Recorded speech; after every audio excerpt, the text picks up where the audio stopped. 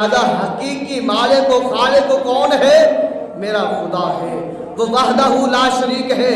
اس لیے محبوب علیہ السلام نے کفارین مشرکین نے مکہ کو بتایا کہ ساری کائنات کا خالق و مالک صرف اور صرف ایک خدا ہے۔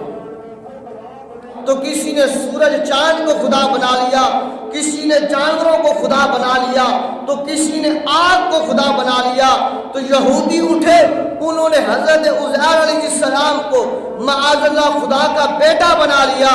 اللہ اکبر۔ اللہ نے قرآن پاک میں اپنے محبوب علیہ السلام سے فرمایا، اے میرے محبوب آپ انہیں فرما دیجئے وَإِلَٰهُكُمْ إِلَٰهٌ وَاحِدٌ لا الہ الا هو الرحمن الرحیم، کہ تمہارا معبود ایک ہے، اس کے سوا کوئی معبود نہیں مگر وہی بڑی رحمت والا اور مہربان ہے۔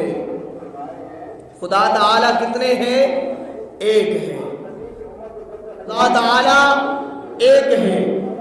جن کا عقیدہ تین ہے وہ کافر، جن کا عقیدہ دو ہے وہ کافر، جن کا عقیدہ اپنے ہاتھوں سے جنہوں نے بتوں کو تراش کر خدا بنا لیا وہ کافر، جنہوں نے سورج کو خدا بنا لیا وہ کافر، جنہوں نے چاند کو خدا بنایا، ستاروں کو خدا بنایا وہ کافر، جنہوں نے ایک وحدہ لا شریک پر ایمان رکھا وہی حقیقی مومن ہے، وہی حقیقی مومن ہے۔ تو بھائیوں دوستو، ہر دور میں فتنے جو ہے وہ پیدا ہوتے ہیں، لوگ آتے ہیں، تو اس میں کچھ لوگ ایسے بھی ہوتے ہیں جو معاذ اللہ خدا تعالیٰ کا بھی انکاری کا ہو جاتے ہیں۔